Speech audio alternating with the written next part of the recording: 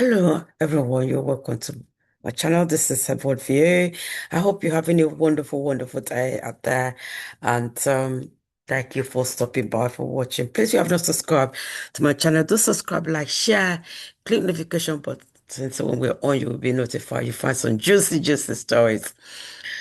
Anyway, I making a follow-up video to do with Prince Andrew, the Duke of York, which actually the title has been put aside for now. But really, on this particular video, I'm going to share with you. I like the way they talked about everything, how they say, and what should have been done or what should be done. And their views are very intelligent as far as I'm concerned. And I know that it's just anyway. Let's watch it together. I just feel this particular group of people or panels that are discussing this, they want to get to the details of it. Yes, some of them are kind of sympathetic to the royal family, but for me, I just feel this is not new to the royal family. They're used to scandals. They're used to it. They know how to deal with it. You know, they're used to having issues, just like some family have issues. Yeah. They're used to having issues and they know how to deal with it and let it go and they move on with their lives. We've seen that of we've heard on and that of Prince King Charles now when he was Prince Charles and Camilla and Princess Diana. And then you see the one of Duchess of York, which is Sarah Ferguson and Andrew, all those that came up. You just keep going on and on and on of the family. Um, it's just that during the Queen knew how to handle herself, so that kind of protected her, whatever, you know. So they're gonna deal with this and they're gonna move on, you know. But let's hear what they have to say regarding Prince Andrew asking one of his guards to get information on Jeffrey to smear her so she doesn't have to um um maybe discredit her story years ago. And is that true? This email they said they saw, the email that is leaked now, that is bringing all of this out, and her book that is coming up this week. Is that image genuine? Is it real? Right now, the Prince Andrew have not denied the email, but is that email real? Is it genuine? They have to also look into that to be sure that it's actually his email, you know, because that email. Anyway, I won't give everything away. You listen and let me know what you think on the other side. Andrew's claim never to have even met Virginia Giuffre always looked pretty shaky for many people. Not that many people believed him. It's fair to say this morning that those claims are now in.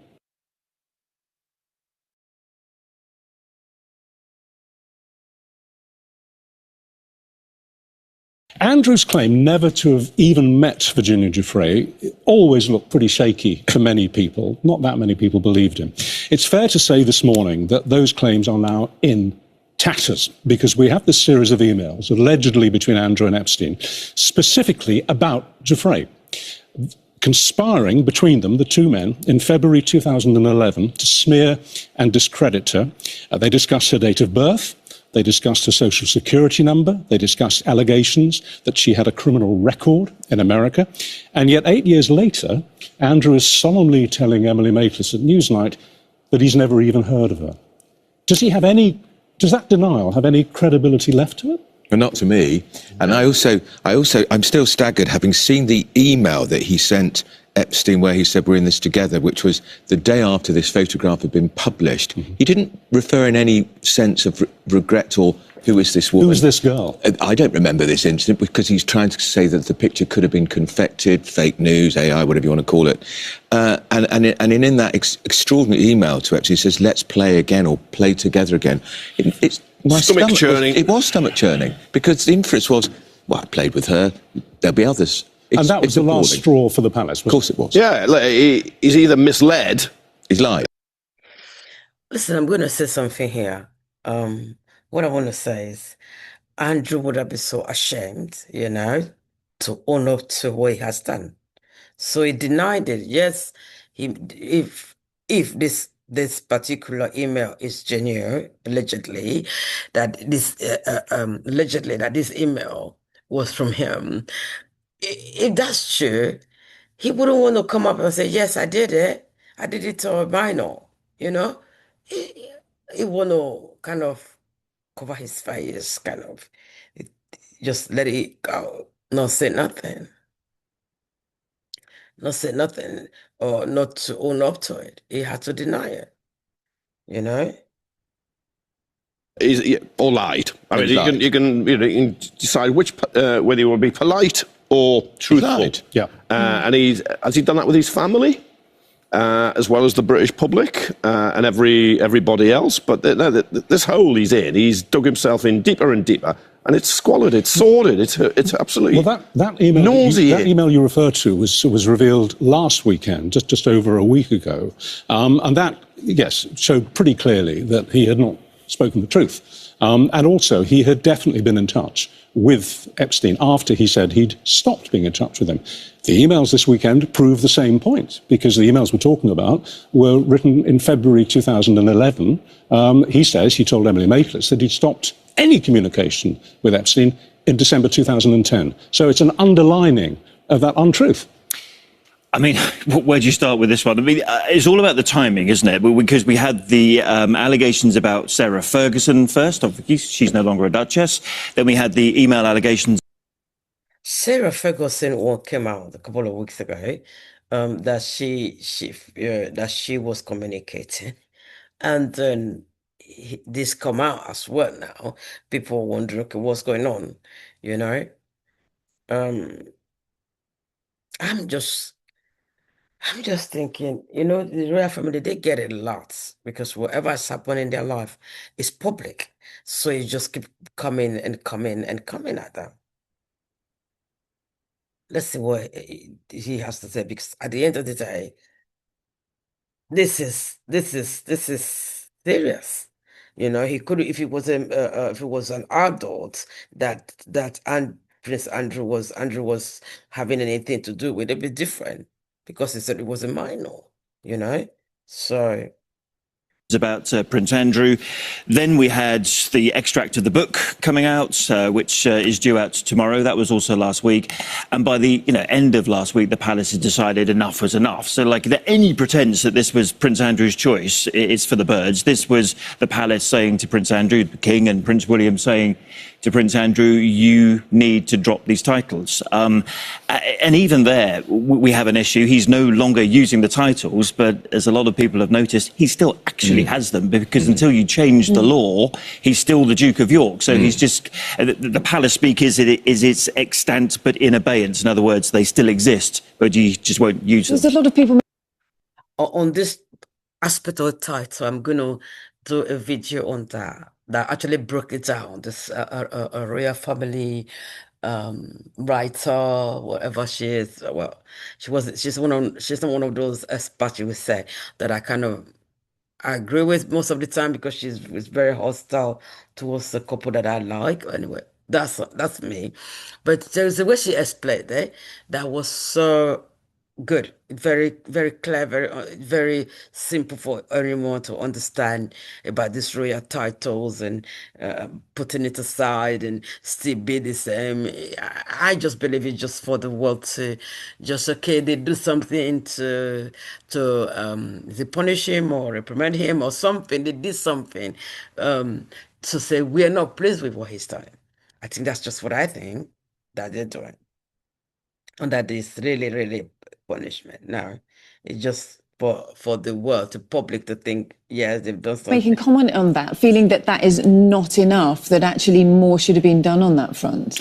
Yeah, but when you say more should be done, that means they need to get the government to change the law. And obviously, it's not for the palace to tell the government what to do. I mean, that sort of went wrong a few hundred years ago and didn't work out so well for them. So it would have to be for the government to say to the palace, oh, we're now going to make time for legislation in order to have a new law so that the Duke of York is no longer a duke and take the title away. But there's probably an appetite for that, isn't there? No, Yeah, for sure. Yeah. Look, when an MP swears the oath at the start of a parliament, they swear the oath to the monarch and his heirs. Well, he is still the eighth in line to the throne. Yep.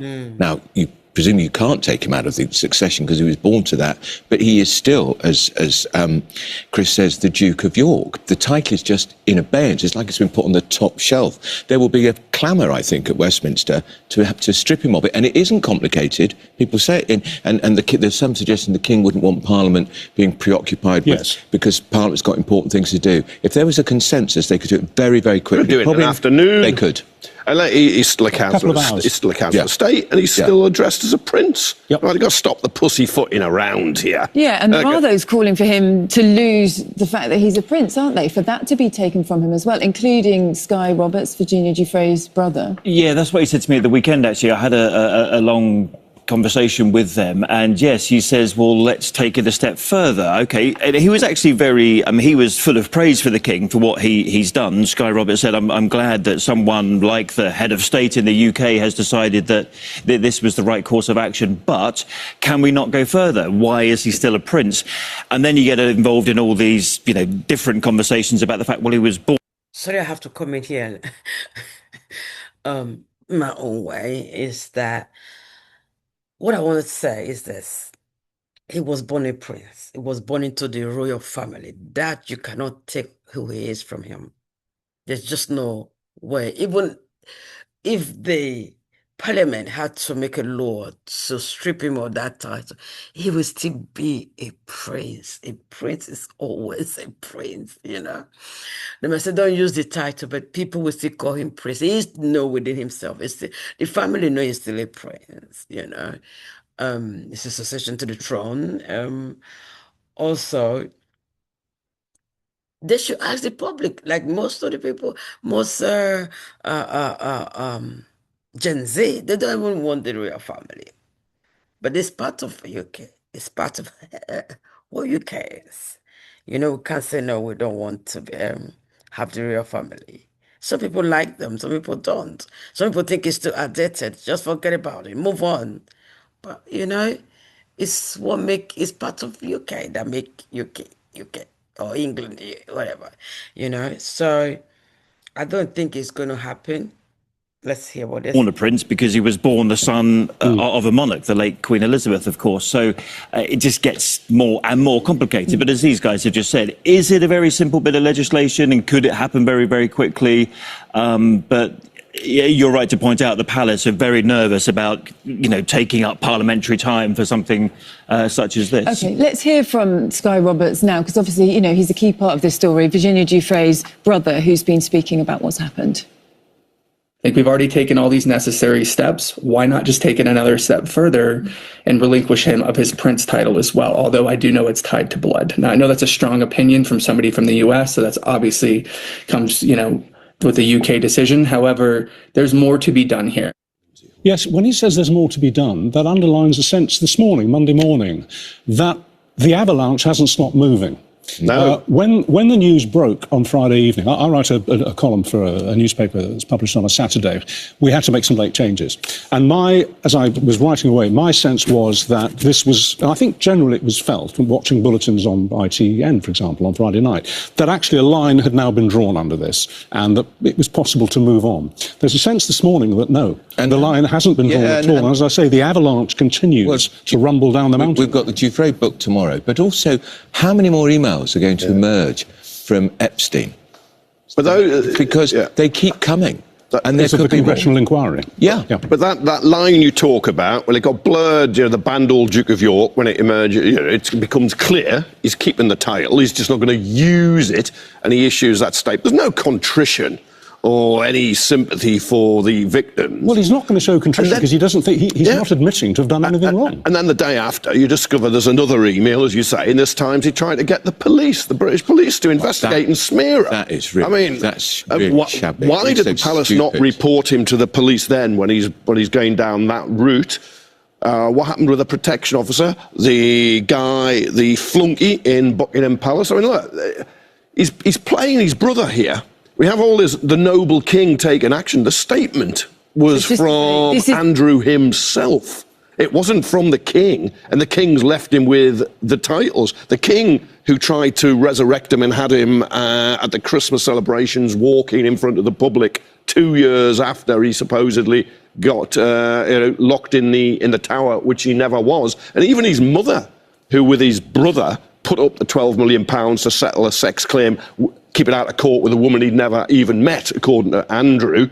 Well, she tried to bring him back into public life when he very publicly escorted her to the memorial service for his father, her dead husband, Philip. Well, I talk about a moving avalanche of shame, I suppose you could describe it as. Where's it going? We've now got the Metropolitan Police saying that they are launching a formal inquiry into Andrew's reported actions, as revealed in the Sundays yesterday. If those are proven to be true, if he did ask his personal protection officer, this is yet to be proven, but if he did ask his personal protection officer to make these inquiries on his behalf, could he be prosecuted?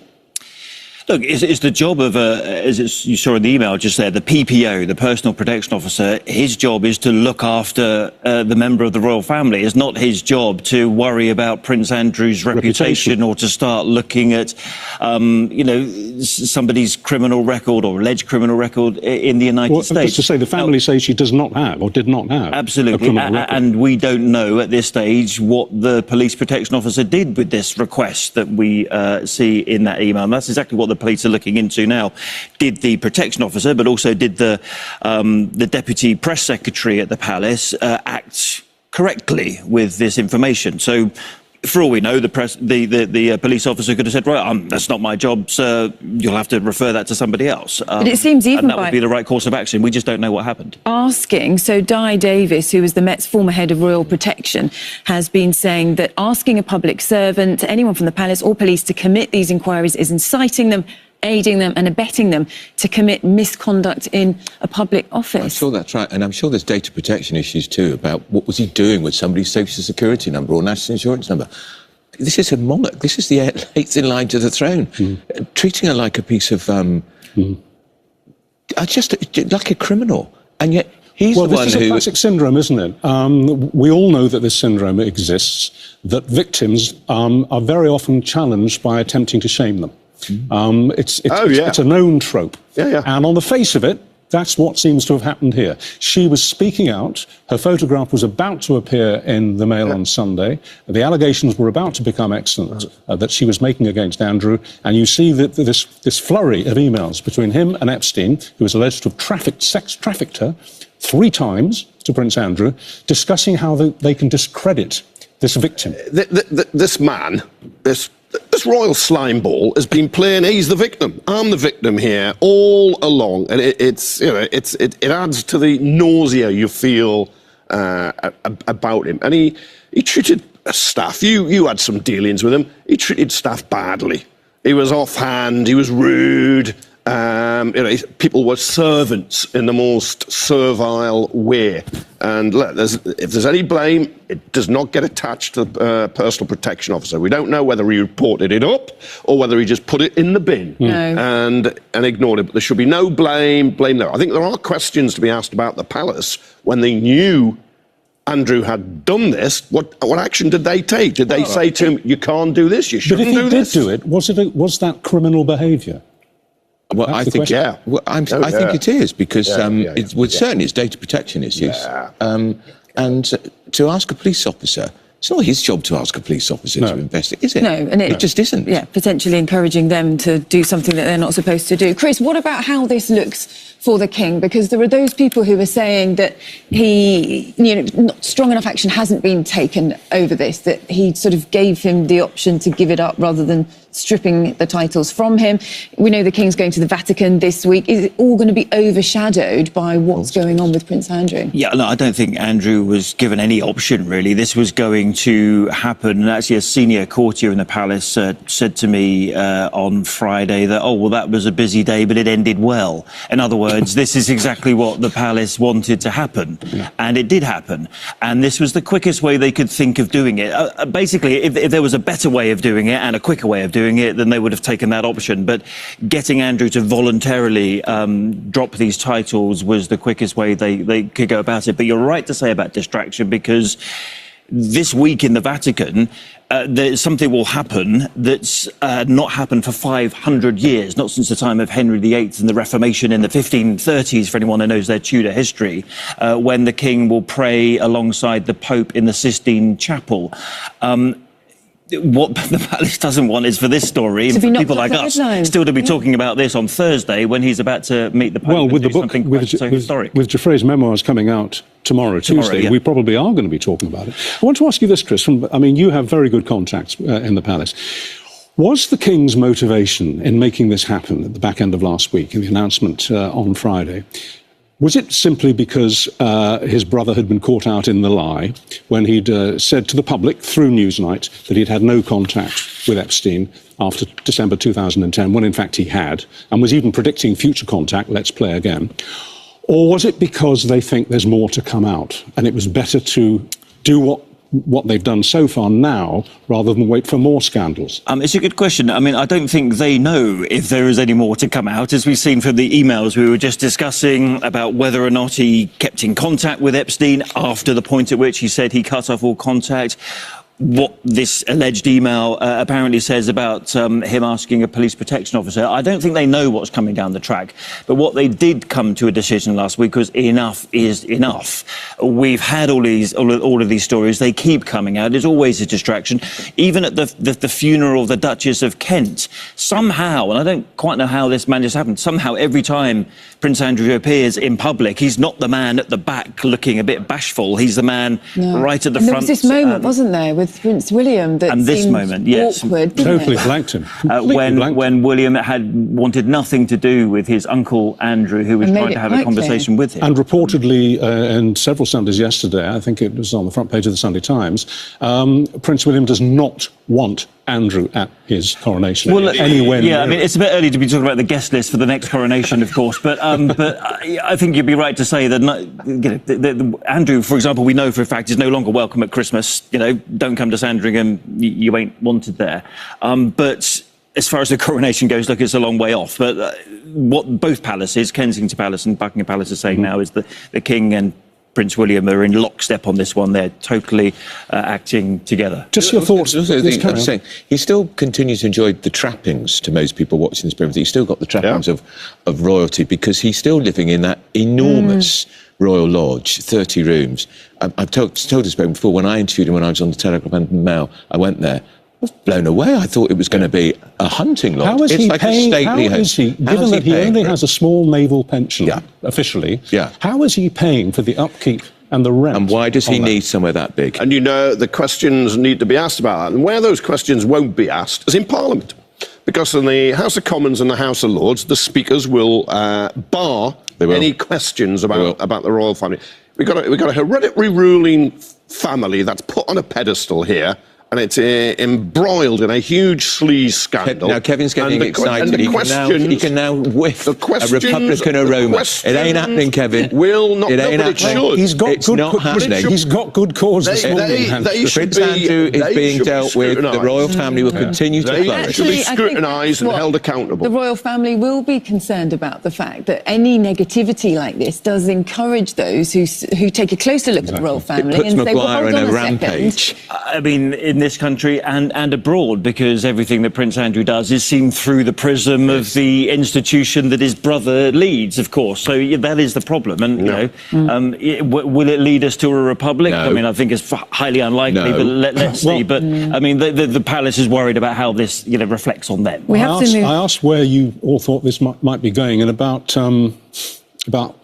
half an hour less, we're going to be talking to the royal historian, Andrew Lowney, who, of course, wrote the book earlier this year, Fall of the House of York, very, very deeply researched, which is extremely critical of Prince Andrew and Sarah Ferguson. He really knows his stuff. He'll be coming in. He says, in his opinion, where will this end? He thinks it will end with Andrew behind bars. Say that. That's his prediction. That's, I don't know. Well, I'd be surprised, very surprised.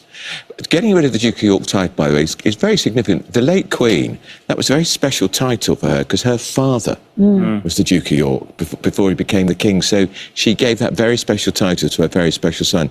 God only knows what she's thinking. Well, You do have to ask why this decision wasn't taken in 2019 when he stood down. I mean, we wouldn't have had like five more years of this kind of, or these kind of questions. I mean, they could have taken it away from him after the news. This is where it sucks in the rest of the family in the institution because they've, in a way, they've tried to do the minimum each way, and it's very defensive.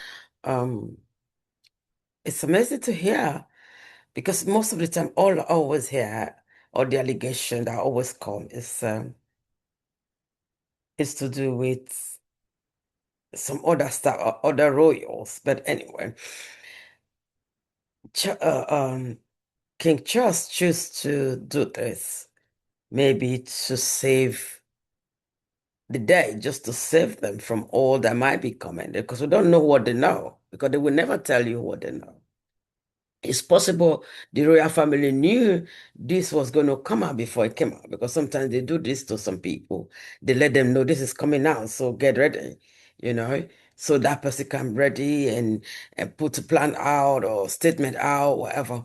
So we don't know if they were told in advance. So they put all this in place. What do you think? The palace, what do you think the palace should do now from henceforth? What do you think they should do in regards to Andrew? In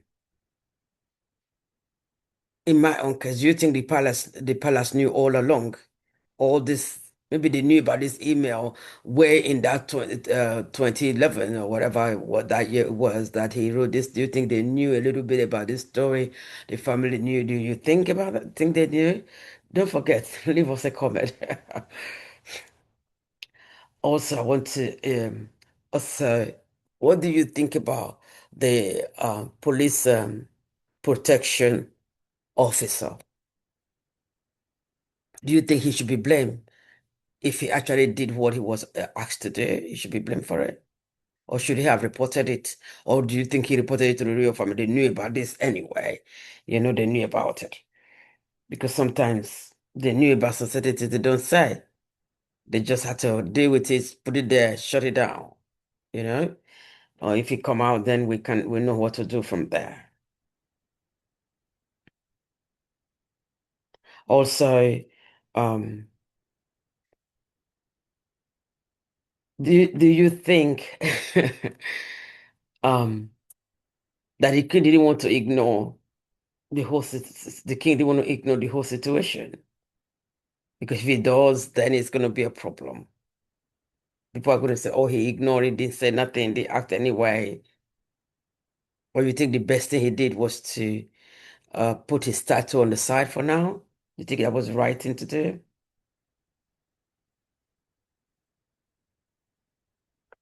They said that Prince William ignored Prince Andrew. I don't think he did, because Prince William, no, he's a focus anywhere he goes. He's the main focus. So he doesn't want to be talking while they're there looking right in the front of what was going on, and he's talking side to side with his uncle. It's going to look weird, it's going to look, they're not responsible, they're not focused or whatever.